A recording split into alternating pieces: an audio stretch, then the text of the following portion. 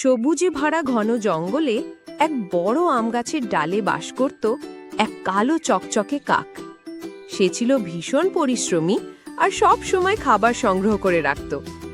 জঙ্গলের অন্য পাখিরা তাকে সম্মান করত, কারণ সে শুধু নিজের কথা ভাবত না, কখনো কখনো অন্যদেরও খাবার দিয়ে দিত।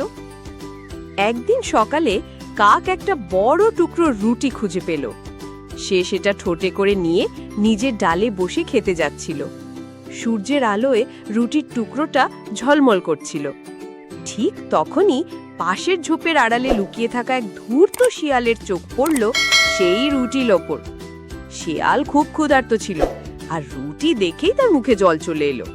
কিন্তু শিয়াল জানতো, কাক যদি সতর্ক থাকে তবে তার কাছ থেকে খাবার কেড়ে নেওয়া সহজ নয়। তাই সে তার পুরনো কৌশল খাটাতে লাগলো। শিয়াল ধীরে ধীরে কাকের গাছের নিচে এসে বলল, ওহে কালো সুন্দর কাক, তোমার মতো ঝকঝকে ডানা আমি কোনোদিন দেখিনি।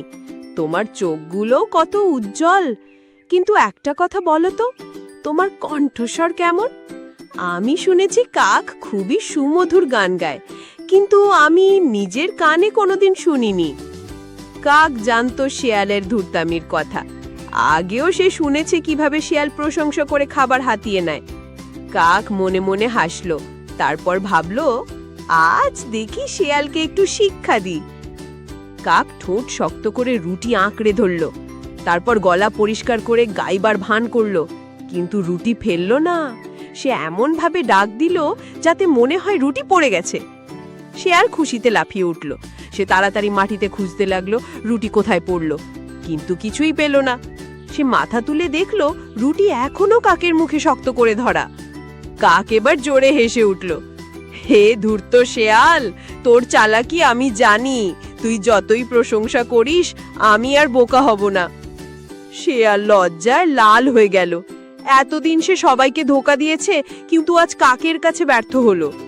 কাক তার দিকে তাকিয়ে বলল, তুই যদি সত্যি বন্ধুর মতো খাবার চাইতিস আমি হয়তো ভাগ করে দিতাম, কিন্তু প্রতারণা করে কিছু পাওয়া যায় না।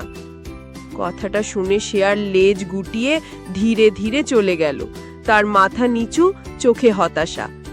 জঙ্গলের অন্য প্রাণীরা দূর থেকে এই দৃশ্য দেখছিল।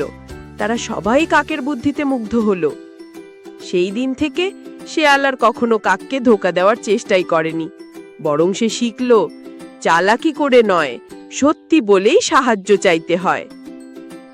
কাকও বুঝল, নিজের বুদ্ধি কাজে লাগালে চালাক শত্রুকেও হারানো যায়। প্রিয় ছোট বন্ধুরা, তোমরা যদি এরকম সুন্দর গল্প পেতে চাও তাহলে আমাদের চ্যানেলটি সাবস্ক্রাইব করো।